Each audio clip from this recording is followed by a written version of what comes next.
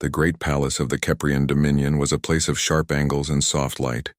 It was built of a stone that looked black during the day but seemed to hold the stars at night. In her private chamber, Empress Yuna stood over a large, glowing table. Stars and planets floated above it. Her long silver hair was tied back sharply. Her eyes, a bright and fierce gold, moved over the star maps. She was looking for dangers, for problems. She was the ruler of a vast empire, and her work was never done. But part of her mind was not on the stars. It was with her son, Sumin. He was a young cub full of energy and questions. He had his mother's gold eyes and a spirit that was both brave and curious. Yuna loved him more than anything in the universe. That love was a constant low hum of worry in her heart. The palace was safe, but the galaxy was not. There were those who would harm the young heir to gain power. Suddenly, a sharp sound cut through the quiet room. An alarm. A soft red light began to pulse. Yuna's head snapped up. Her body became tense like a hunter who has heard a twig snap in the forest. A guard rushed in, bowing low. "Empress!" A report from the royal gardens. A minor environmental seal has failed near the silent pools. The silent pools. Sumin's favorite place. The hum of worry in Yuna's heart became a loud, pounding drum. "The cub," she said, her voice cold and hard. "Where is my son?" The guard's fear was clear. He is not with his attendants, Empress. They are searching for him now." Yuna did not wait. She did not form a plan or call for more guards. A mother's fear was a more powerful command than any an Empress could give. She moved. Her long legs carried her swiftly out of the chamber and into the wide hallways. Her personal guards scrambled to follow her. Their armor clinked as they ran to keep up with her fast pace. She did not take the main paths. She moved through the private passages meant only for the royal family. Her mind showed her terrible pictures. She saw Sumin scared and alone. She saw shadowy figures, enemies from rival clans taking him. The thought made a low growl form in her throat. Her fingers tightened around the handle of her energy glaive, the weapon she always carried. It was a long staff with a blade that could cut through metal. She pushed open a heavy door made of dark wood and stepped into the royal gardens. The air here was warm and smelled of strange, sweet flowers. Giant trees with leaves like silver coins created a roof high above. The light was green and gentle. She ignored the beauty. Her senses were sharp, looking for any sign of a threat. She heard the water of the silent pools before she saw them. It was a soft, trickling sound. She burst into the small open grove where the pools were. The scene she saw made her stop dead. There was no enemy. There was no danger.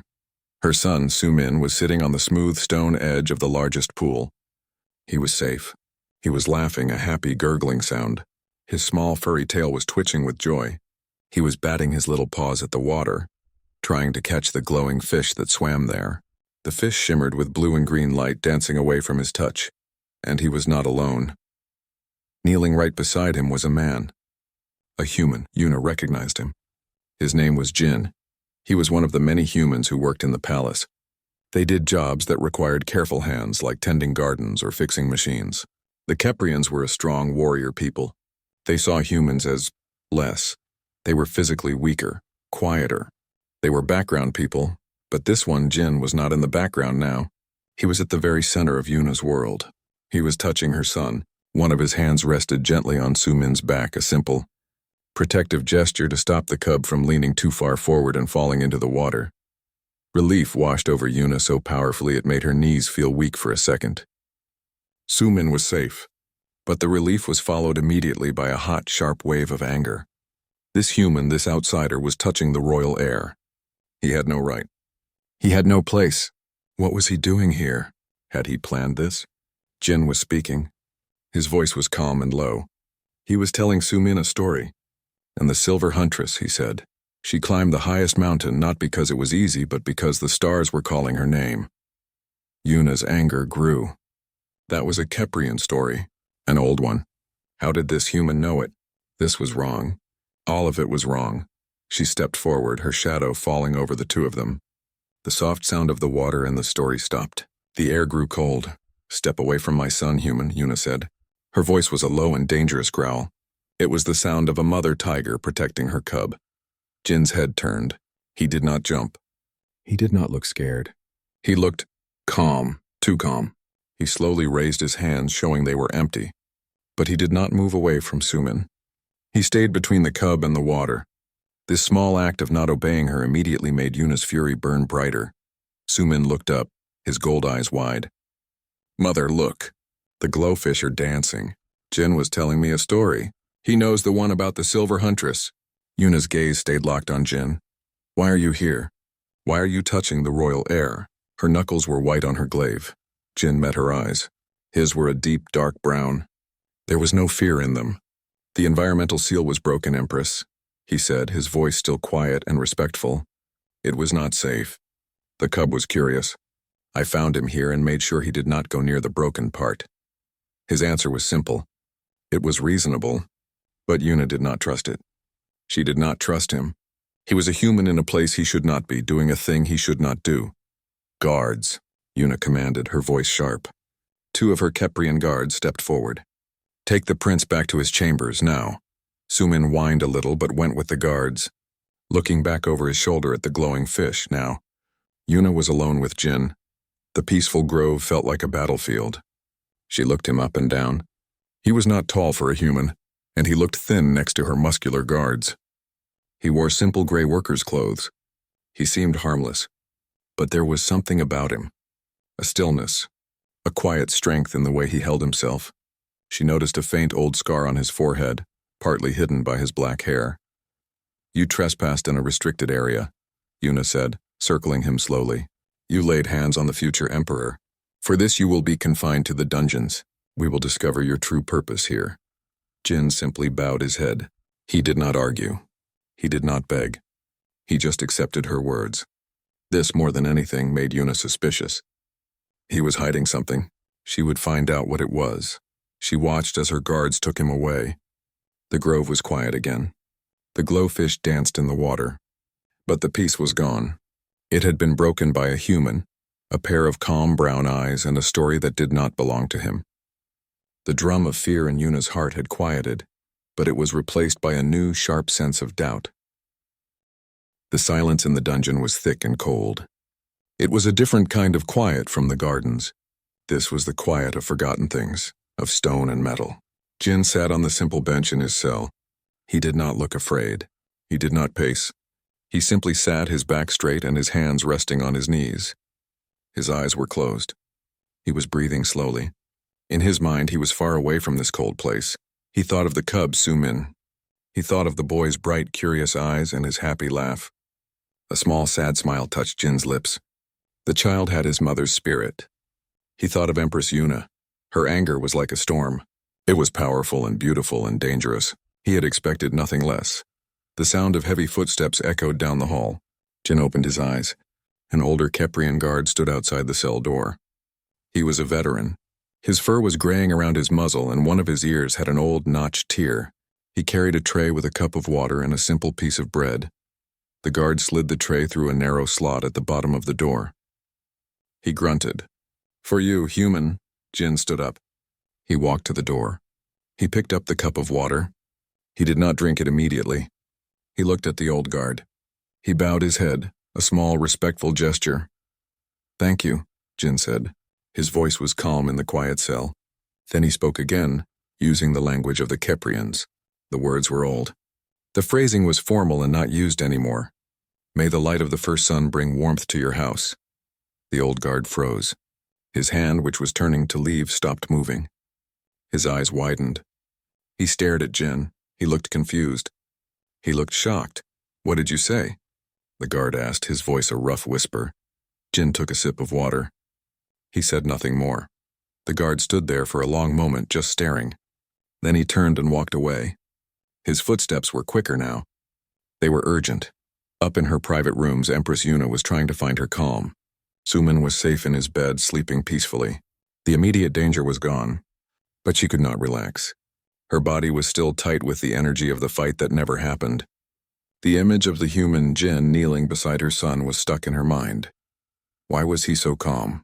Why did he know that story? Who was he? She poured herself a drink, something strong from a world far away. She stood by the large window, looking out at the spires of her city.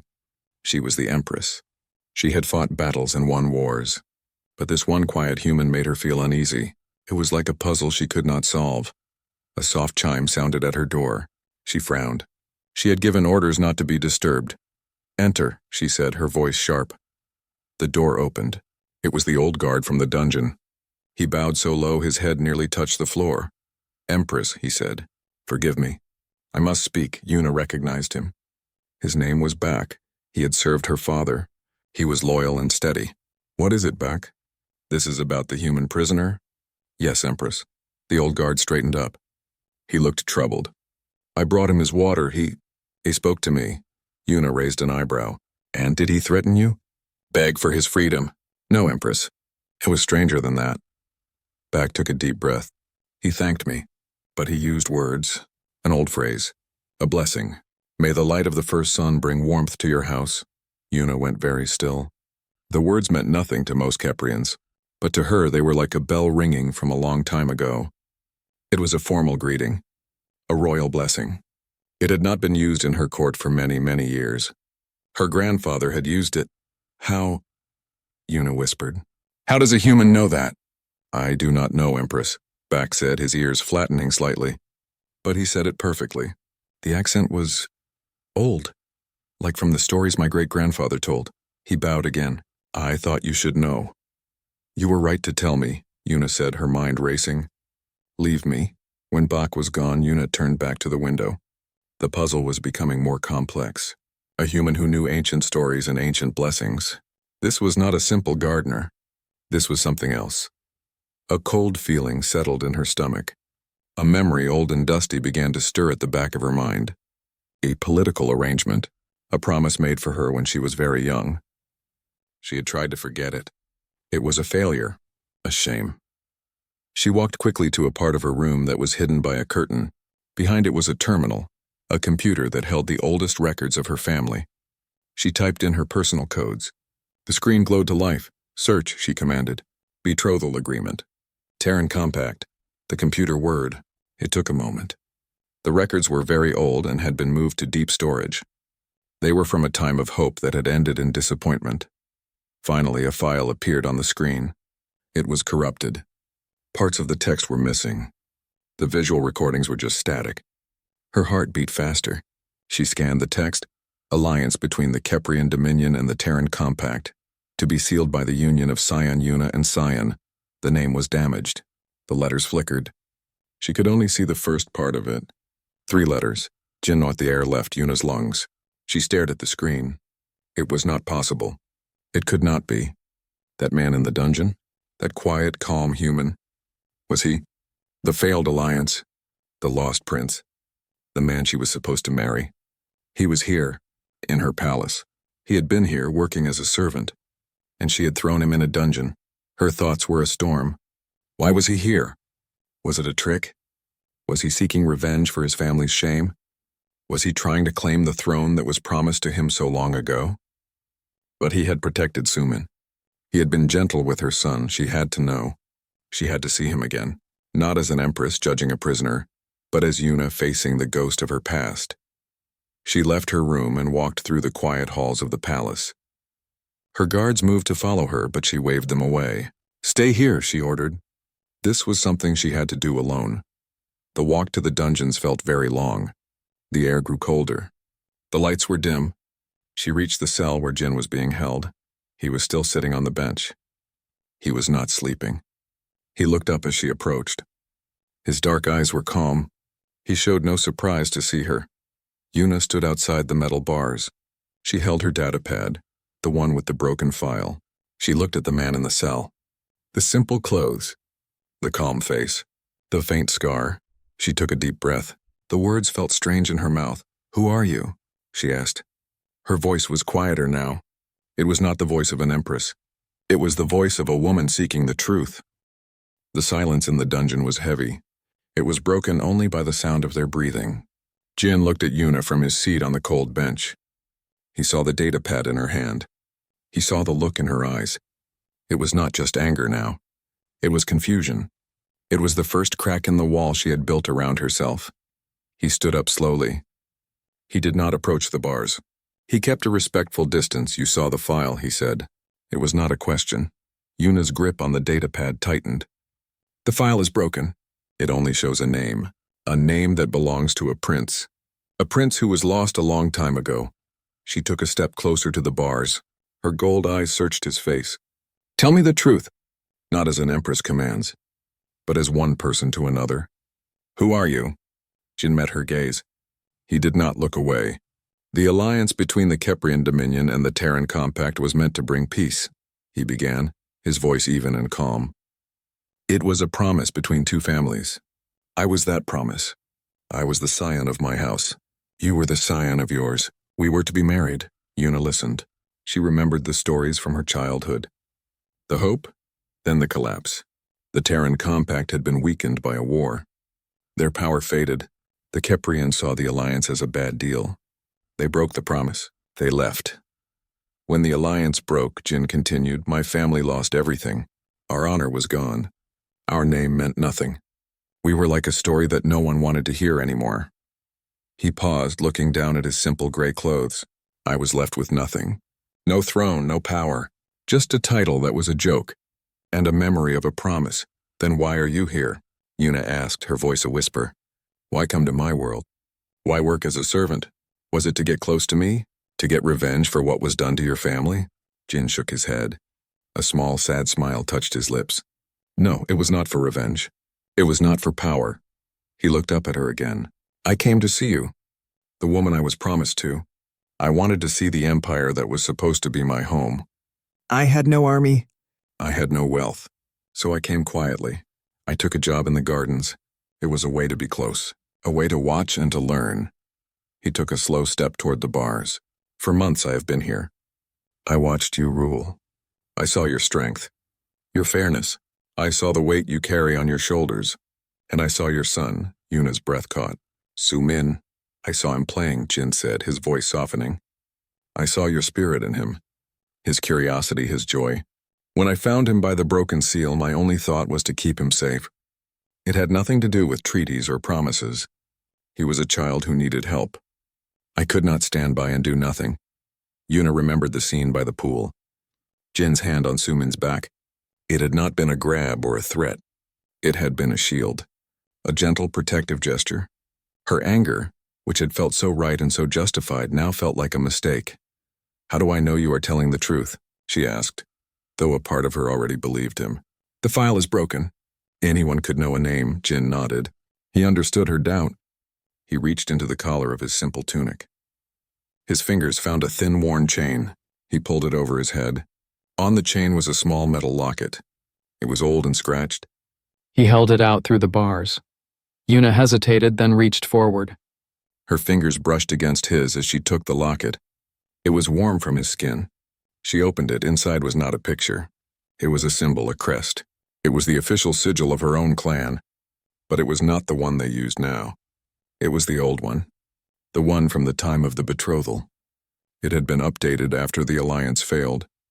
This was the original. A thing no outsider should have. A thing no forger could copy perfectly. The final piece of the puzzle clicked into place. The truth was undeniable.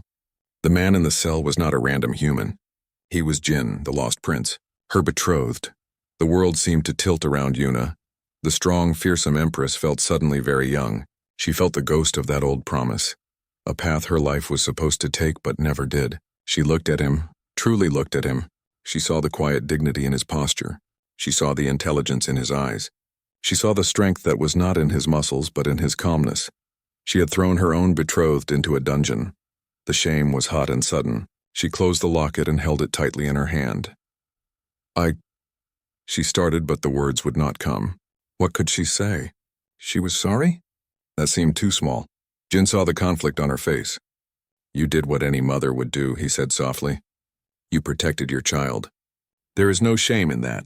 I do not blame you. His forgiveness made the shame feel even heavier. She had judged him based on what he was, not who he was. She had seen a human and she had assumed the worst. She turned and walked to the control panel on the wall next to his cell. She pressed her hand against it. The scanner read her palm. With a soft hum and a heavy clank, the metal bars of the cell door slid open. The door was open. He was free. Jin stood still for a moment, looking at the open door, then at Yuna. Come out, Yuna said. Her voice was low, but the command was gone. It was an invitation. Jin stepped out of the cell. He stood before her, not as a prisoner, but as an equal. The dynamic between them had changed completely in the space of a few minutes. "We will go to the gardens," Yuna said. "We will talk. There is much I need to understand." She led the way out of the cold, dark dungeon. Jin walked beside her, not behind her. The guards they passed looked shocked, but they said nothing. They saw the open cell door. They saw the way their Empress walked with the human. They did not understand, but they knew something important had happened. They walked in silence through the palace halls and out into the royal gardens. The night air was cool. The 2 moons were high in the sky, casting a soft silver light. The glowfish in the pools were like moving stars in the water. They stopped near the same pool where they had first met. The place where her fear and his calmness had collided. Yuna turned to face him. The moonlight lit his features. He looked older now that she knew his story. He had lived a life of loss and quiet endurance. "Why did you stay?" she asked. "After you saw me, after you saw the Empire. Why did you remain as a servant?" Jin looked up at the moons. "A promise is a promise," he said.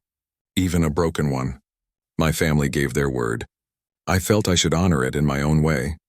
And," he looked at her, "I saw that you were a good ruler, a good mother. I thought perhaps I could be of service, even in a small way. Some things are worth guarding, Yuna. Not because of a treaty, but because they are right." He had said her name, not Empress. Just Yuna. It sounded strange and familiar on his lips. She was about to answer. She was about to ask another question, but the moment was shattered. From the shadows of the garden, figures emerged. They were fast and silent. They were not her guards. They wore dark clothes and carried sharp, cruel-looking blades. Their eyes glinted with malice. They were assassins. The night air, once peaceful, was now sharp with danger. 4 figures moved out from behind the tall silver trees. They were Keprian, but they were not from the palace guard. Their fur was matted and dark. Their clothes were tight and black, made for hiding and moving fast.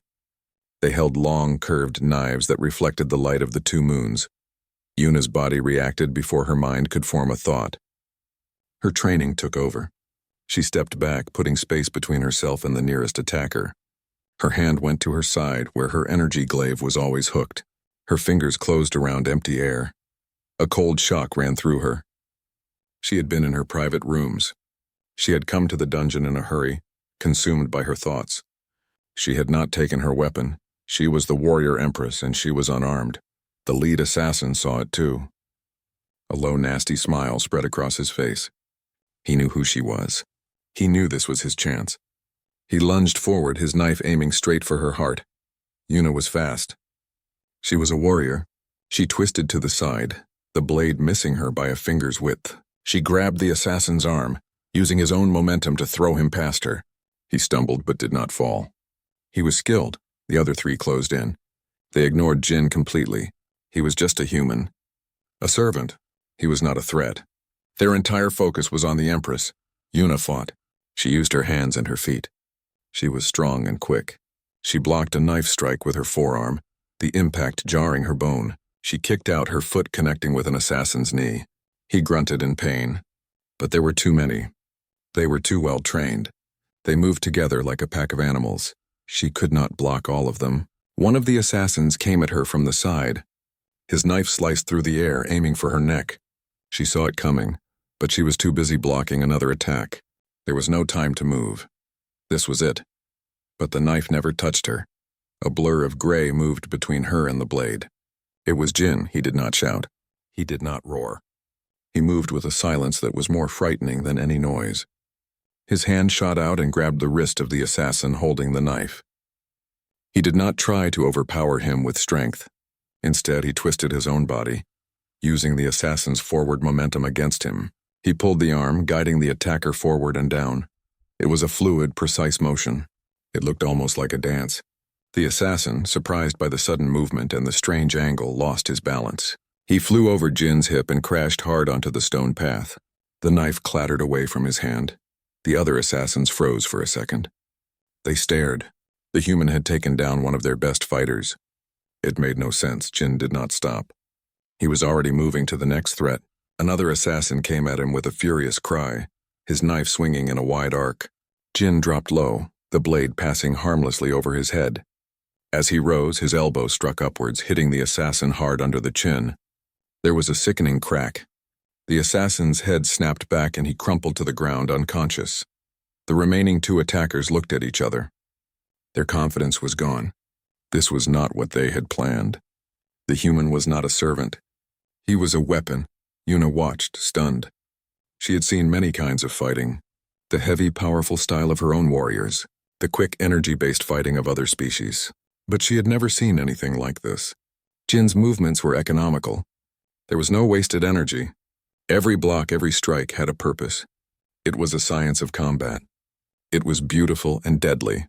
The lead assassin, the one Yuna had thrown aside, regained his footing. He was angry now. He saw Jin as the real problem.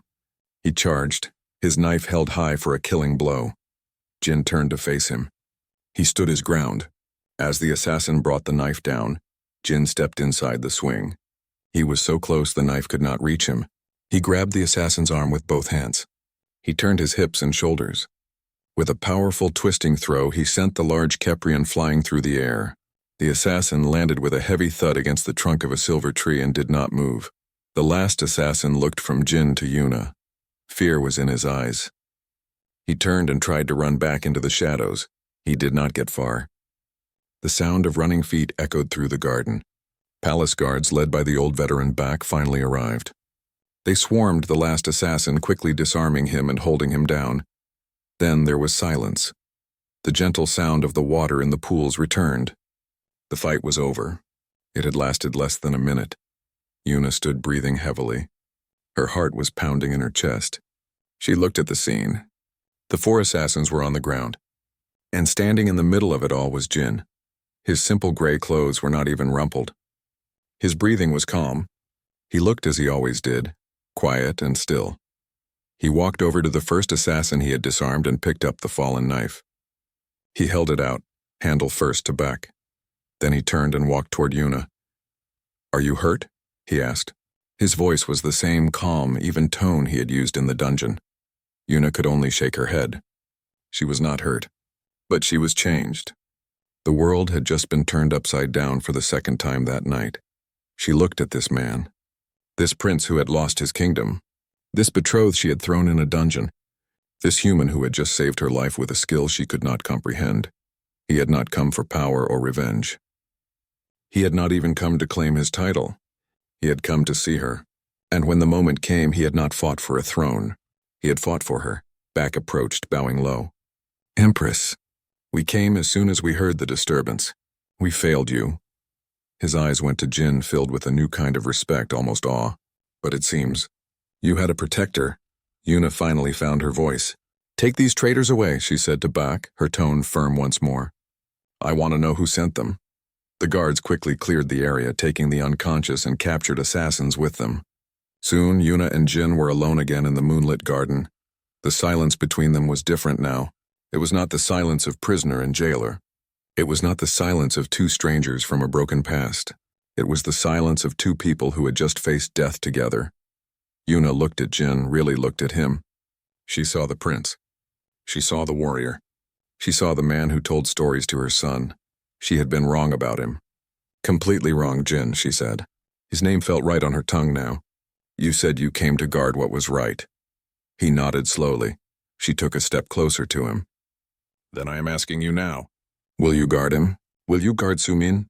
It was not the offer of a throne. It was not the renewal of a marriage promise. It was something more personal, more important. It was a mother asking a man she now trusted to protect her most precious treasure. Jin looked into her gold eyes. He saw the fear there and the hope. He saw the strength and the vulnerability. He bowed his head, a deep, formal bow, not as a servant to an empress, but as a knight accepting a sacred duty. "It would be my honor," he said. The days that followed were a time of quiet change in the palace. The news of the assassination attempt spread quickly, but so did another, more surprising story. The story of the human gardener who had fought like a demon to protect the Empress. The story of the lost prince from a forgotten treaty. Jin was given new rooms. They were not in the servants' quarters. They were in the royal wing, close to the family he was now sworn to protect. He was given the title of royal protector. It was a new title made just for him. It held the weight of trust, not the empty echo of an old promise. At first, the Keprian court was unsure. They saw a human walking their halls with a new authority. They saw the way the Empress looked at him. It was not with the coldness of a ruler, or the anger of a wronged mother. It was with a quiet, growing respect. Yuna watched him. She watched him with Sumin. Jin did not try to be the boy's father. He was something else. A steady presence. A teacher. A friend. One afternoon, Yuna stood at the door to the royal garden hidden by the shadows. She watched Jin and Sumin by the same pool where their story had begun. Sumin was trying to copy the way Jin stood. Jin showed him a simple, calm stance. Feet shoulder-width apart, knees slightly bent, back straight. Balance is not about being strong, Jin said, his voice gentle. It is about being centered. Like a tree. The wind can blow, but the roots are deep. Sumin wobbled, then found his balance. He looked up at Jin with wide, admiring eyes. Will you teach me to fight like you? The way you moved without a weapon? Jin placed a hand on the boy's shoulder. I will teach you to be aware, to see what others miss. The best fight is the one you avoid. But if you cannot avoid it, then you must be smart. You must be calm. Yuna felt a warmth spread through her chest. This was what Sumin needed. Not just a guard who would stand at a distance, but a guide, someone who could teach him a different kind of strength. The strength of patience, the strength of the mind. She saw the way Jin looked at her son. There was a deep, genuine care in his eyes. This was not a job for him. It was a purpose. Later that evening, she found him on a high balcony looking out over the city as the sun set. The sky was painted in colors of orange and purple. You are good with him, Yuna said, coming to stand beside him. Jin did not turn. He has a good heart and a quick mind. He reminds me of you. They stood in comfortable silence for a while, watching the lights of the city begin to twinkle below. I never thanked you, Yuna said softly, for saving my life. You do not need to thank me, Jin replied. I do, she insisted, and I need to apologize. I judged you before I knew you. I saw a human and I thought I understood what that meant. I was wrong. Jin finally turned to look at her. The setting sun lit his face. You saw a stranger touching your child. Any parent would have done the same. Your reaction came from love. There is no shame in that. His understanding was a gift she felt she did not deserve. It made her want to be better. To see more clearly. The investigation into the assassins, Yuna said, changing the subject. It leads to a rival clan. The same one that opposed my rule from the beginning. They thought with me gone, and with Sumin so young they could take power. They failed, Jin said simply. Because of you. Yuna looked at him, her gold eyes serious. That fighting style? I have never seen anything like it. It is called Subak Do, Jin explained. It is an old art from my world. It is not about attacking. It is about harmony, using an opponent's energy against them. My father taught me. He said it was more important for a leader to understand balance than to know how to swing a sword. A wise man, Yuna said. She thought of her own father, who had taught her to be a warrior. They were different lessons, but perhaps they led to the same place. Another silence fell, but this one was filled with unspoken words. The ghost of their betrothal was still there between them. A path not taken. That promise, Yuna began, her voice hesitant. The one that brought you here. What do you want to do about it? Jin looked out at the darkening sky. That promise was made by two families for political reasons. It was broken for the same reasons. It belongs to the past. He turned to her, his gaze clear and honest. I am not here to claim a wife or a throne. I am here because I choose to be. I am here to protect you and your son. That is my choice. That is my promise. Yuna felt a strange mix of relief and disappointment. He was not demanding anything. He was giving her his loyalty freely. He was asking for nothing in return, but she found herself wanting to give him something, not because of an old treaty, but because of the man he had shown himself to be. Then let us build something new, Yuna said. Her voice was firm now, decided. Not an alliance based on a broken treaty, but a partnership based on trust. You are the royal protector, but you are also a prince. You will have a voice here, your counsel, your way of seeing the world. It is what this empire needs. It is what I need. Jin looked at her, and for the first time she saw a flicker of surprise in his calm eyes. Then it was replaced by a deep, quiet gratitude. He bowed his head. I will serve as your counsel and your protector, for as long as you will have me. Weeks turned into months. Jin became a part of the palace's life. He trained with the guards not to show off but to teach them. He showed them new ways to defend, new ways to see. Slowly, the suspicion toward him faded, replaced by a strong respect. He sat at Yuna's side during council meetings. He did not speak often, but when he did, his words were careful and wise. He saw solutions that others missed. He brought a sense of calm to the room. One night, Yuna went to Sumin's room to check on him before she slept. The room was dark, lit only by a soft nightlight. Sumin was fast asleep, his breathing deep and even. He was curled up under his blankets, a small, peaceful smile on his face. And there, sitting in a chair by the door, was Jin. He was not sleeping. He was watching over the boy, a silent and steady shadow in the night. He was guarding his promise. Yuna did not say anything. She did not need to. She stood there for a long moment watching them. Her son, safe and dreaming, and the man who guarded him, not because he had to, but because he wanted to. The lost prince had not come to claim a crown. He had come to find a home. And the warrior empress who had spent her life building walls to protect her heart, found that she had let a quiet, steady strength inside. They were not a king and a queen. They were not a story from an old treaty. They were something new. They were a family, built not on promises from the past but on trust for the future, and in the quiet of the night, that felt like a greater victory than any she had ever won in battle.